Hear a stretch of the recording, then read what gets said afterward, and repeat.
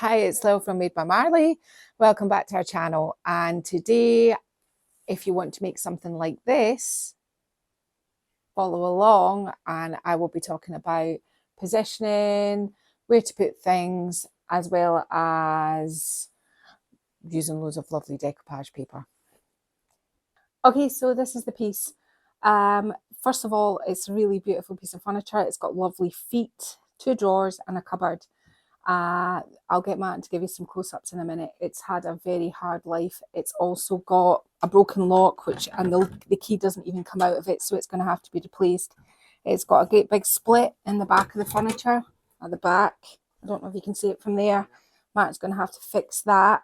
Obviously, it needs a really good clean, but Matt, just show them the top. Nice.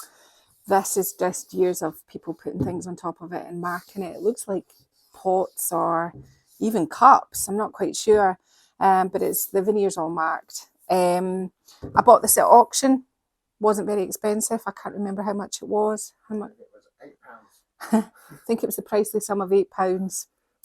Sad times. Things go to auction and nobody wants them, which is good for people like me, but it's not very good for the environment if nobody buys them, because they end up in landfill. And that's what Made by Marley is all about, really. The ethos of taking something that nobody wanted and making it that somebody maybe would want it. Well, hopefully they'd want it, maybe not. So it just needs a really good clean right now. There's nothing, I'm just going to have to do work around this key until we can order a key.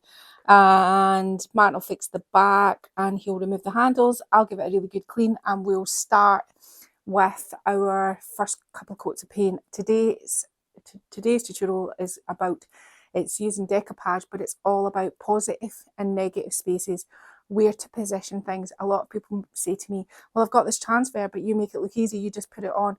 And I'm just going to kind of run you through the sort of the space issues of that everybody kind of butts up against, how to make it flow, how to make it run. So looking at positioning is quite important, but I'm going to be using Made by Marley decoupage paper. I'm going to be using some sheets from Love Your Greens and some from Just Peachy. Okay, so the piece has been thoroughly cleaned. Martin's removed the handles. I've sanded them. Remember, when you remove handles, even though I'm going to be putting quite a textured finish on this, I'm not adding texture, I'm just going to be putting it in with my brush strokes. But still, you need to get rid of the crusty parts around here. Now, I'm going to be wanting to put one handle on it instead of one that goes in 2. So I've just got some wood filler here, and I like to just squeeze it in with my finger. I kind of almost roll it into a sort of sausage shape in my hands, and then just kind of squeeze it into the hole and keep going until I can't squeeze any more into it. I don't know if that's the technical way to do it. Leave a little bit of a raised amount on your sealer as well, so that you can get that sanded back. This is quite a good filler. It dries pretty quick. It dries within an hour. This is what I do when I'm filling things. Now, I'll leave that a minute and I'll just explain what my train of thought for the next part. Brushes. I don't very often touch on brushes because I don't think that having the most expensive brush in the world is the most important thing. I think that brushes are something that you can spend an awful lot of money on, and if you have a will and a want and the joy and the happiness to paint furniture, I think you can paint it with a £1.99 brush, to be honest with you. Okay, there are some brushes. I mean, I've got some really good brushes, but to be honest with you, I'm a bit like Smog and his gold. I go, oh, they're my good brushes, I can't use them. So I keep them. I don't know why, it's hoarding mentality, but I go to the same brushes all the time, and I'm going to show you them in varying states of decay. This is what they look like new. These are the brushes I buy. I buy them in packs of 3, right? They're not all 3 the sizes. I think the sizes come something like this one, and I haven't got one here, but a slightly smaller one. I like these brushes. They're natural brushes. They wash really well. They last really well. The only problem with these brushes is you cannot leave them in water too long. If not, Martin has to come along, and I don't know if this is one of them, and actually put screws into the metal to put them back together. Yeah, I think it's this one here. Oh yeah, there's a screw in it. Yeah.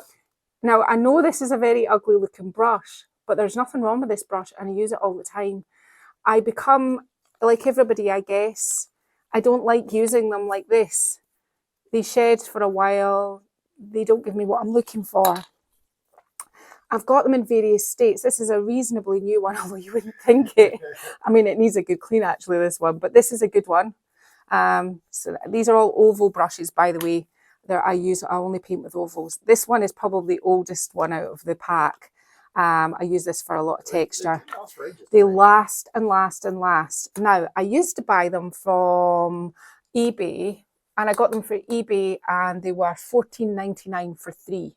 Now, that's cheap for a good paintbrush. $14.99 for 3.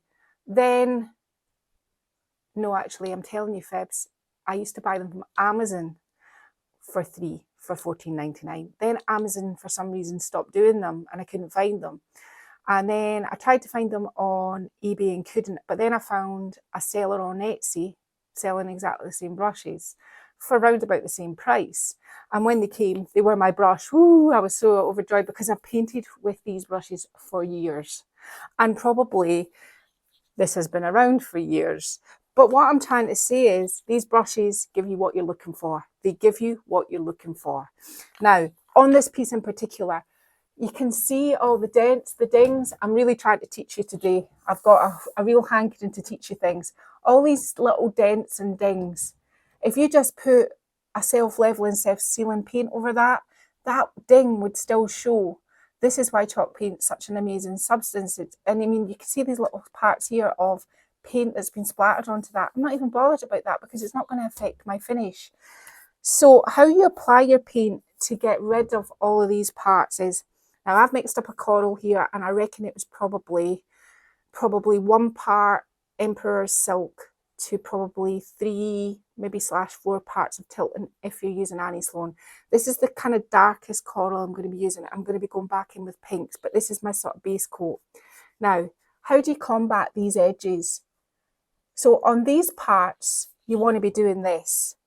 You want to be doing cross, cross, cross, cross, cross, cross, cross across your piece to make sure that you add lots of texture onto your furniture to give it that look of that chalk painted look.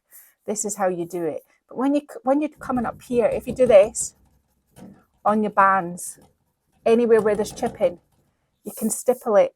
You just then join back on with your sort of kind of like cross-hatchy motion.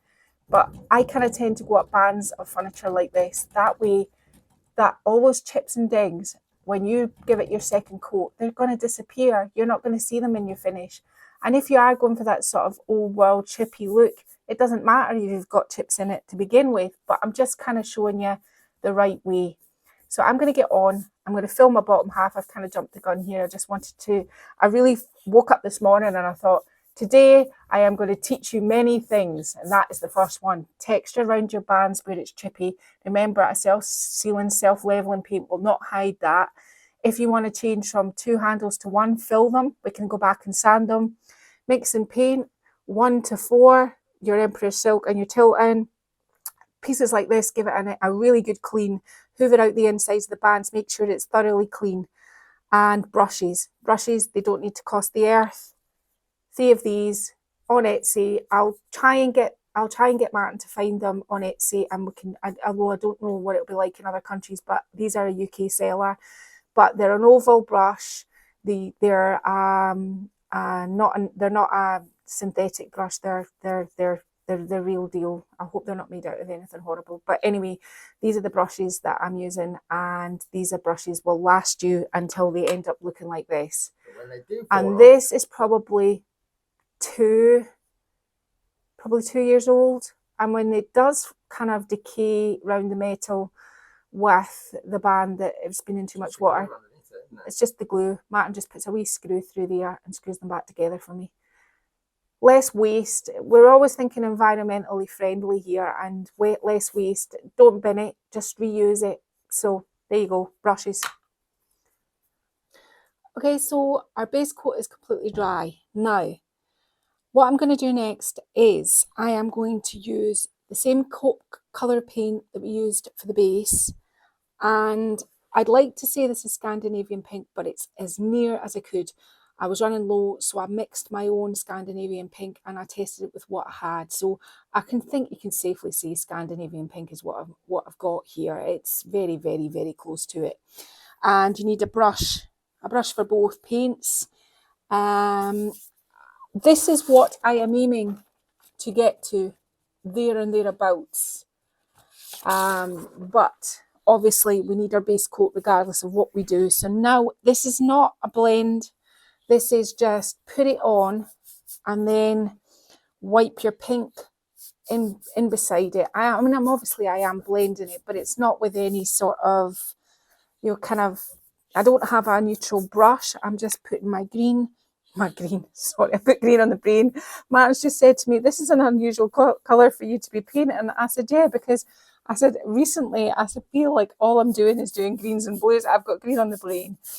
I think it's because my design will have green on it at the end. I know what you're thinking. How's she going to put green in with all this? But we'll see what I can do. So all I'm doing is I'm adding this sort of peach coral. And then I'm going back in with my sort of Scandinavian pink. And I'm just leaving it at that. I'm just mingling them together. I'm not blending crazy. I'm leaving some, can you see what I'm doing there? I'm leaving some parts that have been unpainted, and I might leave some of these parts in between as well. Now, I have actually done this side. This side is already completed.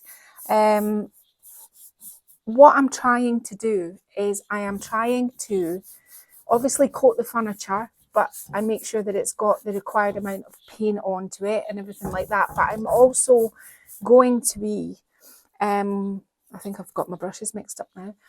I'm going to be now coming back over this once this is dry with a wash to peel it back, because the reason why I want to peel it back now is to get to this stage here. Now there may be other layers. Now at this stage, if you're blending furniture or you're kind of going for this look, you can keep going. You can dry this layer and put another couple of layers on of different colours, leaving these parts so that you can see them. Then another couple, and you can add as many as you want. You can make it darker by washing it with brown. You can make it lighter by washing it with white.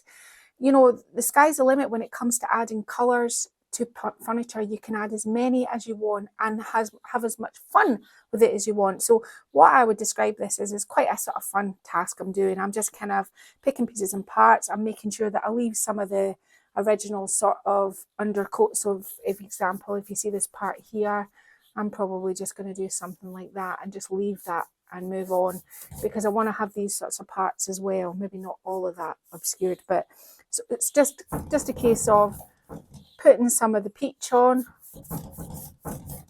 and going back in with some of the pink. And I'm going to be doing this all over the front, the following side and the top, and then we'll get back to washing this back to getting it closer to this colour here.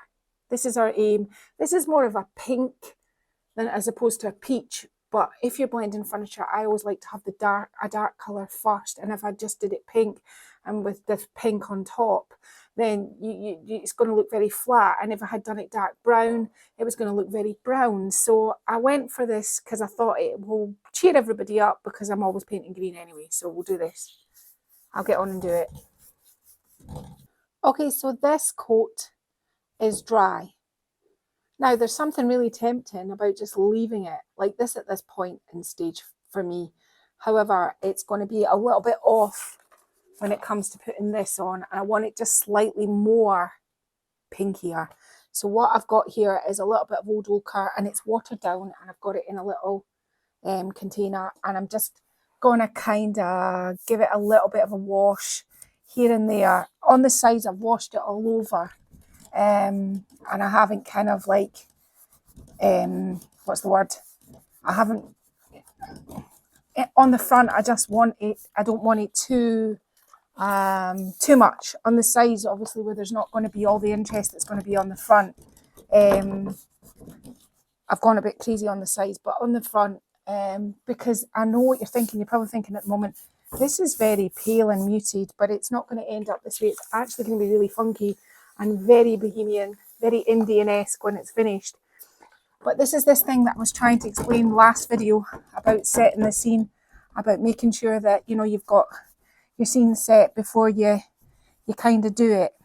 and this is all I'm doing. I'm just almost making it a little bit pink. With, you could have just mixed up a pink and painted it pink if you'd wanted to, but it would have looked a little bit flat, whereas this way you're kind of manipulating your paint and getting it in the way you want it. And this is all I'm doing. It's just kind of like, I'm not going crazy with it. You can see that I'm just kind of like, and I'll get Martin in a minute to show you what I've done on the sides, because obviously on the sides I've done the whole sides, but on here, see, Martin's just going to show you the side now, and that's what the sides are not dry yet, but, or that side's not dry, but the other side is. So this is all I'm doing. I'm just kind of like putting my paint on. I'm kind of leaving areas where I don't want it, squishing it with more water now. Top tip at this point in time, this is something you'll learn through time. If you're doing something like this, always start at the top.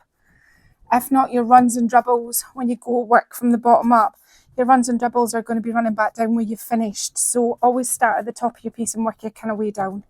So this is all I'm doing here. I'm just kind of giving it a little bit of something. I'm letting the paint, see this part here where the paint rubbed off? Don't mind that. Don't never worry about that. I'm just putting this on. I want my furniture quite wet. So that's all I'm going to do on this front side here. I'm wanting it to kind of sit and settle in places. And I'm kind of, we're going to get to what the video is about, which is like positive, negative spaces and positioning. But I always work the same way with all my furniture. And if you learn this way, I think it's the easiest way to understand it. It's about frames. 1 frame, 2 frame, and my drawers are another frame. So there's 3 frames there. If we split these up, we'll make it 4 frames. So 1, 2, 3, 4. But these are my frames. And that should help you make sense of what you want to do at a piece of furniture. People go, I've seen it all the time. People put a picture of a piece of furniture in the post and go, what can I do with this? Anybody got any ideas?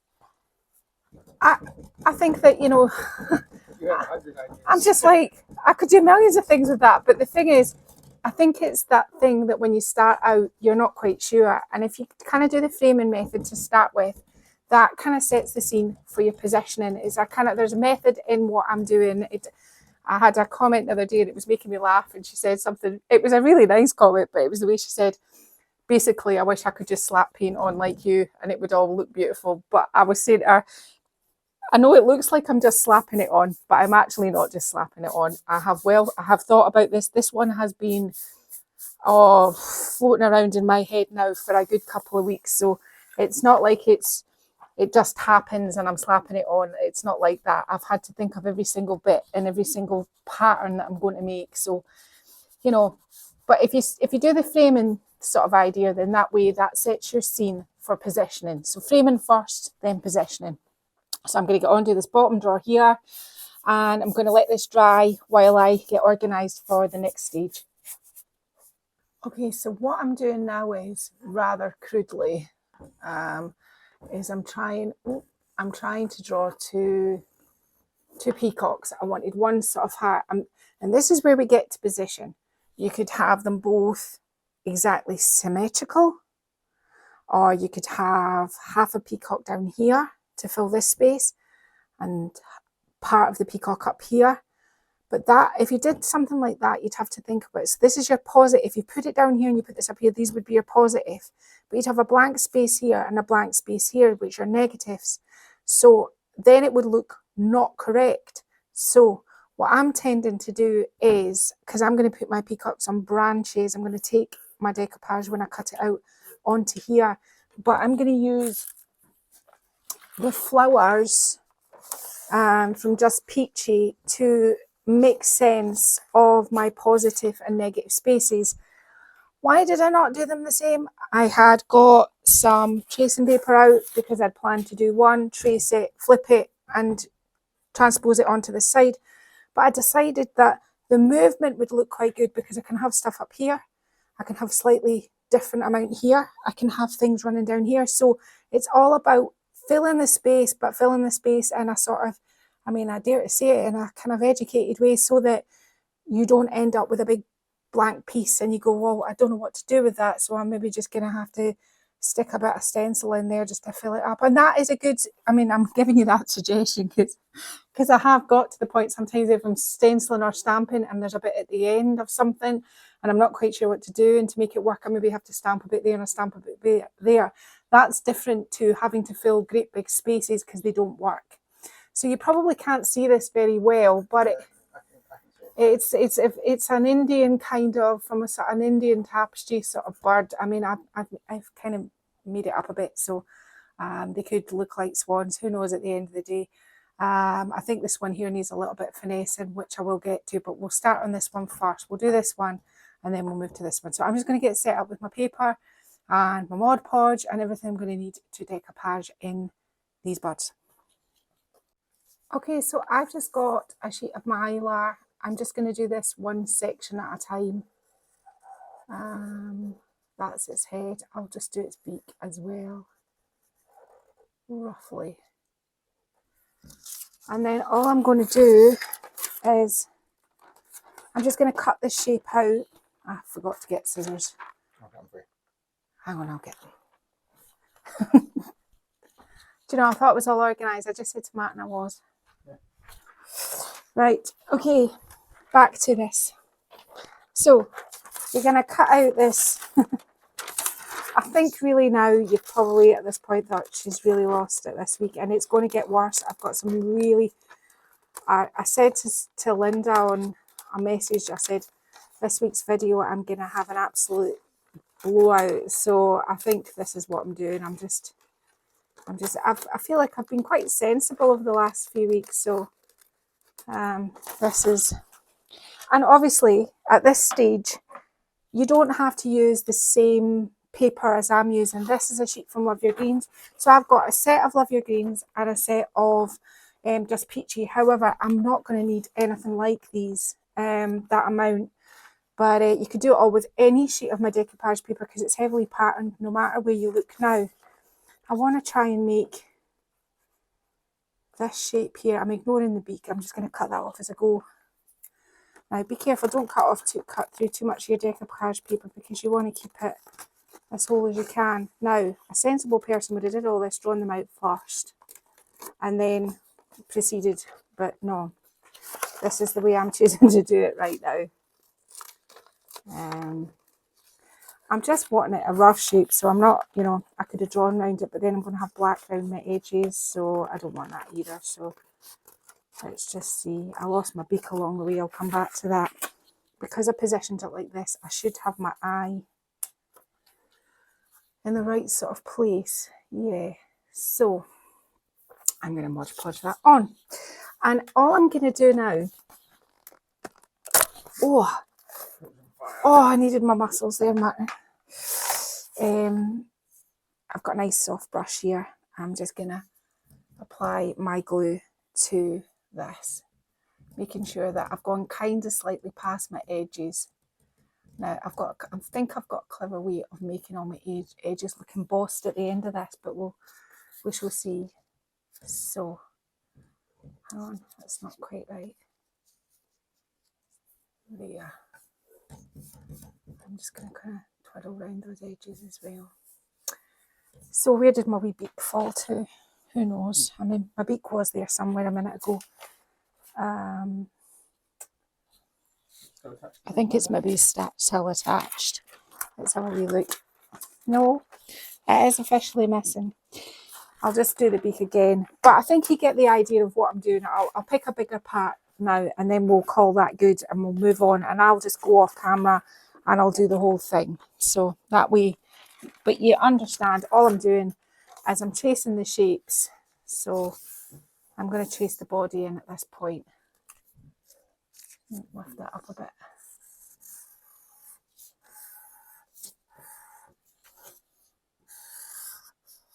It was very crude to begin with, so. And this is where you obviously can do a little bit more finessing if you didn't like your shape. So I'm going to cut out my body shape next, as quick as trying to be quick, because the next time you see it, I'll have done this whole bird or the majority of it, because this is just the first layer. So I'm not wanting to labour too long on just the beginning part, because I've already been quite a bit at the time of the finish of the paint. So I'm hoping that this isn't like a matinee, like a whole feature length film. They always kind of tend to, I try and not make them as long as they are, but I'm sorry that they are so long. Now, let's just have another look at positioning, because positioning on the paper at this point is, I think, quite crucial. So I think I want a bit of this. Trying to pick unusual parts. And I think I'm going to call that good there. Now, obviously, you can mask and tape this down so that you're not doing what I'm doing. But I'm just going to do this. I can go back and use anything. I'm very conscious of, you know, what I'm cutting up here costs money. So, and if you're doing this at home, you don't want to have a whole load of, I'm going to have a white edge there, but I'll see how that looks once it goes on. I should have moved it up a wee bit.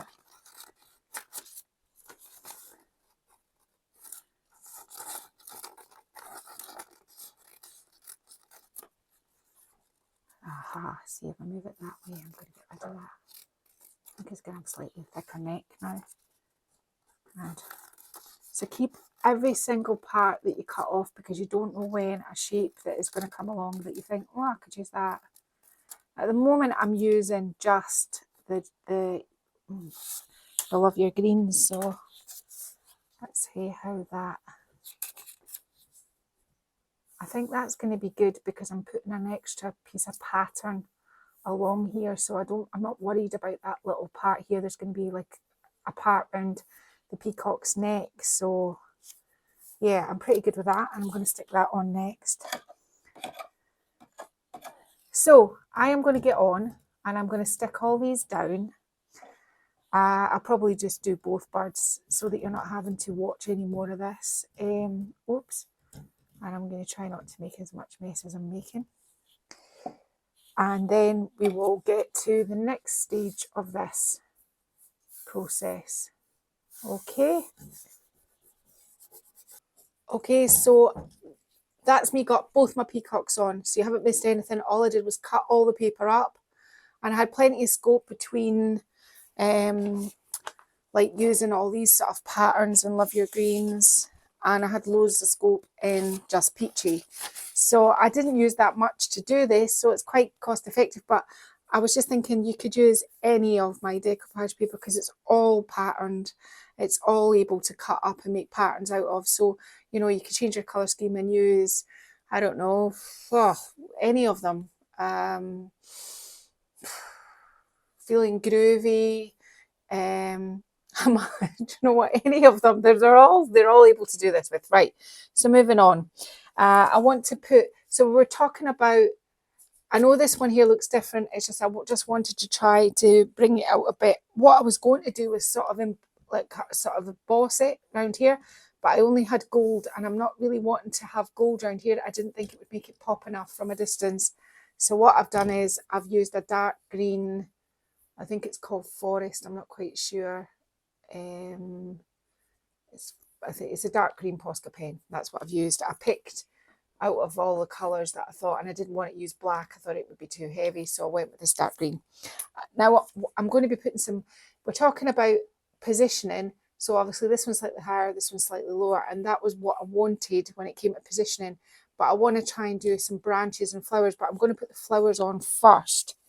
And then I'll fill in the branches. That seems like the weird way to do it, but it's an easier way to kind of know where you can put your flowers on. I don't want, now this is not good positioning because it's right in the center. That looks a bit silly. So I either need to go higher or lower, or you need to turn your flower to a different position. So I think I'm going to do something like this. I'll bring that over slightly because I don't want that on the join. I'm going to just apply this in 2 halves just to make it easy for myself. What I've actually been doing is, so that I don't end up with a whole load of Mod Podge all over my seams of my furniture, because I have got areas like that, I've been actually just applying the glue to the back on my knee. So let's think. I'm going to put that part there, bend it around that join there, and twirl it over that area there and just smooth it down. Just like that. I'm going to put the other half on now. All I'm going to do next, just so you know you're not missing anything, I'm not having it, I don't think I'm going to have it across the centre. I just always think when it's things like that, through time it could become a wee bit loose, and then you're going to be battling whoever buys it has got a problem with, you know, loose edges, and I just don't want that. It's different doing that with a sort of transfer, and you know that's, but this is something different. So you can do it if you want, and I've done it many times, but just I'm not doing it on this one. I don't know why. So just pushing it down into that join and making sure that that's all stuck down, making sure I've got enough glue on there. That's exactly what I was trying to avoid, a whole load of glue around there. Anyway, so that's one flower on, but now I have a smaller one, which I've kept that sort of part on, so I think I might do something like, so looking at positioning again, I think I might put that there, but I'm going to go on and put sort of some up the top, and what I've done is I've cut this pattern out, so when we do our sort of, I can finally put the branch in, I can put things like leaves and things on it as well. Okay, I'm going to get on and do that next. Okay, so I've got the positioning. So why have I picked this positioning? This one's down, this peacock is down a bit, so I've put this up the top, making this a focal point. This one's up a bit, but there's going to be a branch between them all, so these two sort of bridge them, and this is just filling up the negative space. They do not have to be the same. I think that's sometimes problems people get into. They try and make things symmetrical, or if they put it here, they have to put it down there. That is not the case. It all has to flow.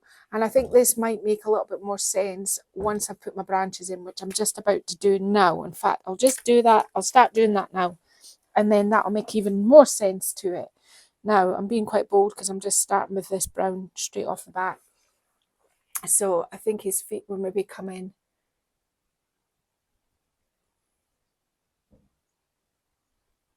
Being very quiet while I concentrate. And follow this branch in here. Why am I putting branches in? I think it just gives it another little part. And I didn't use black. I mixed up quite a dark brown, so that it kind of made it less harsh.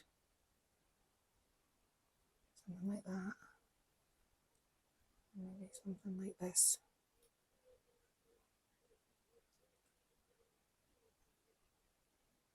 Like that. And I think the second branch is going to come from sort of here. I had a little too much paint on my brush there, and that's very smooth looking, and it's not exactly what but I can fix it.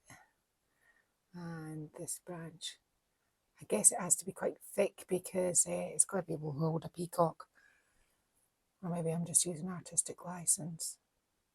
I'm putting some little branches up here because I've still got some of these little parts of the leaves which I can cut out and stick onto the ends of the branch. I've just dip my brush in the Mod Podge instead of the paint. So maybe something like this. And maybe a branch coming down behind here. Like that. I'm just going to put a bit more water in my paint just so it flows a bit more. But you get the sort of idea of what I'm doing now. I'm just kind of making this. Now, I'm not going to go branch crazy because there's no reason for it and there's no need, to be honest with you.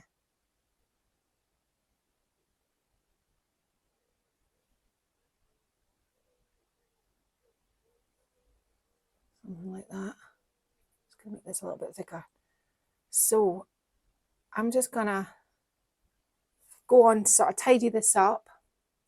I might put a little bit of branch just so that these aren't just stuck on in the middle of nowhere. And what I'm going to do with the two bottom drawers is, because I think there's enough going on up here, why not add more?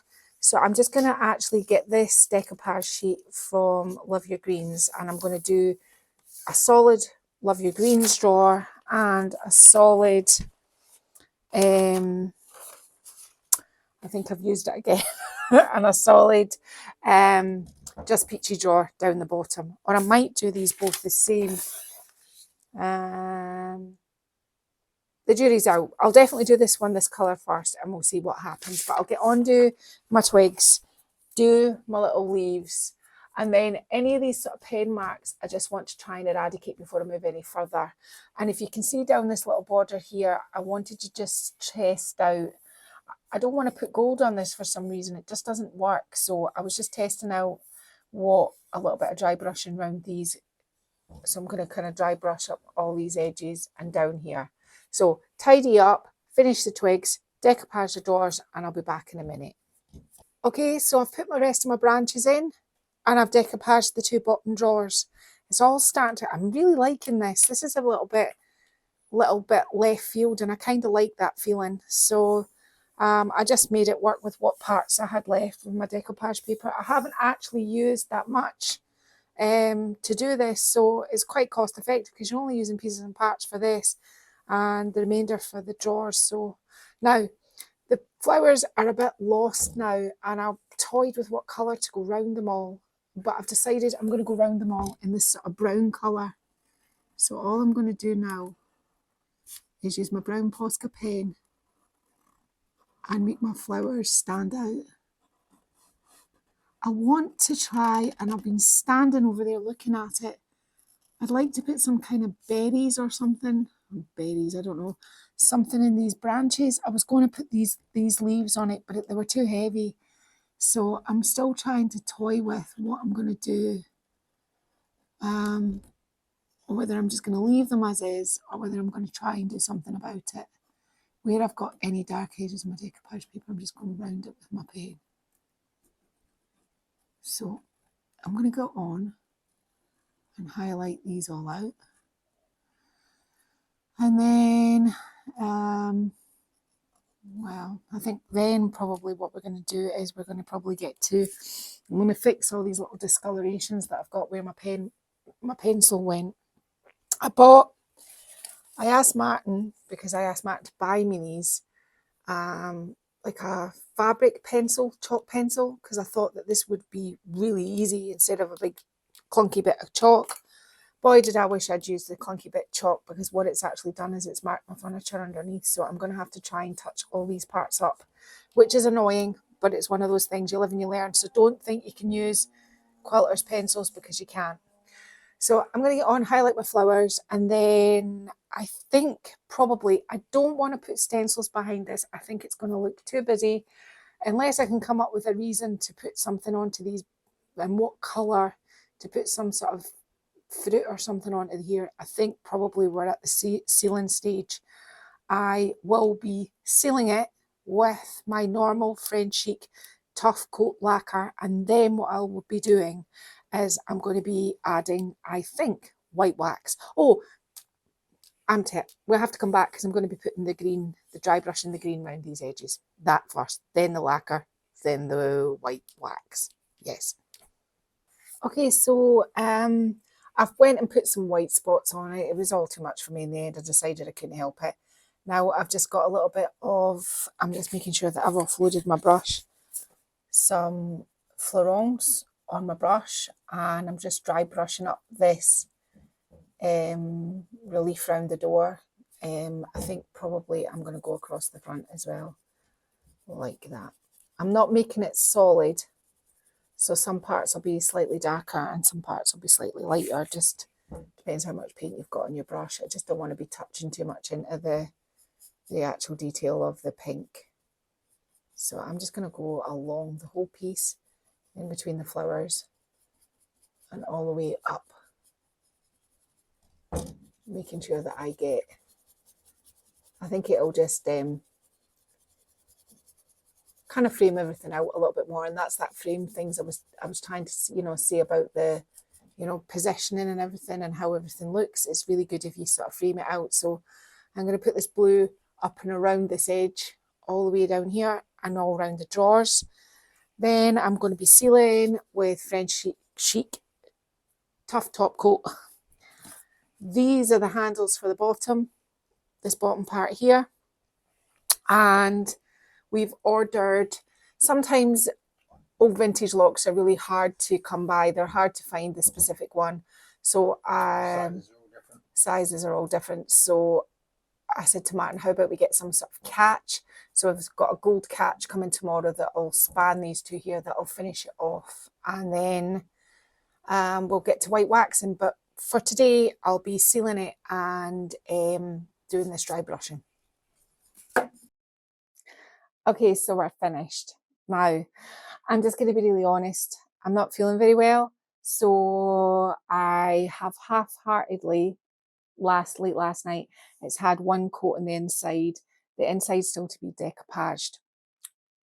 When this goes out live, saying that it's on our YouTube channel, on our social media, you'll see pictures of it all done up, because I reckon by then I'll be just tickety-boo. I didn't end up white waxing around the edges. I felt that was going to take away from the two, you know how there's like, we put quite a lot of time putting our colour behind it, and you've got some of the peaches, whereas up here you've got some of the pinks. If I started to white wax around these edges, I felt I was going to lose some of that, and I quite like when I stand back and look at the sort of different tones of pink. Was this difficult? Absolutely not. You could do it with any of the Made by Marley decoupage paper, and I know I've said that a few times. All you need to look at the pattern and the paper. And I mean, I originally was going to make an elephant and do a sort of Indian elephant with it. So just think of, if you can make it big flowers, then if you can think it, then you can make it with our decoupage paper in the same way I've dealt with this today. What did we tackle today? We tackled spaces, frames. So always think about different parts of your furniture being a frame, working on each frame, and then how that piece of art fits in your frame. So just think about it like a piece of art on a canvas. You wouldn't draw something down here if you had all this space up here. How to make the flow of this piece goes something like this. It starts up here and it works its way around. This is the flow, but you could also make your flow come across this way with something here and here, or across this way with something there and there. But this is the flow of how the eye makes sense of it. That's how it, you know, that's why I put it on that way. We did some sort of different paint beforehand just to set the scene. I decoupaged the drawers, got some lovely ceramic knobs on my handles. But I think the star of the show is this fabulous catch. It's really, really nice. I really like them. I would buy more, but I just found out the price of this today, and Martin ordered it, and I'm quite horrified. I'm very horrified. The handle cost more than the piece cost. That's all I'm going to say. There's something wrong with that.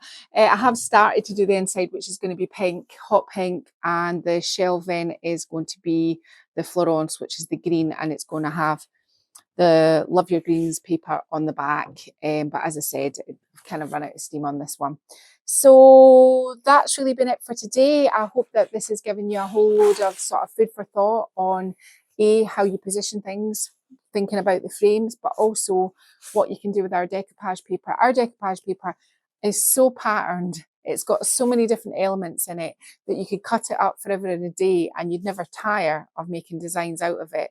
You can apply it on in sections like I've done in my drawers. If you're just starting out and you think, I'm not so keen on trying to really kind of get behind the decoupage at the moment, I'm just going to do something like that. Well, yeah, you can do that. But then you can think about doing patterns as well. I've been Leo from Made by Marley.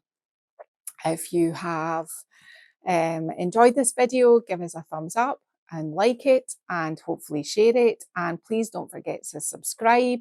And obviously I'll be better by Sunday, and the lovely Martin saying he's going to say goodbye as well. So bye bye.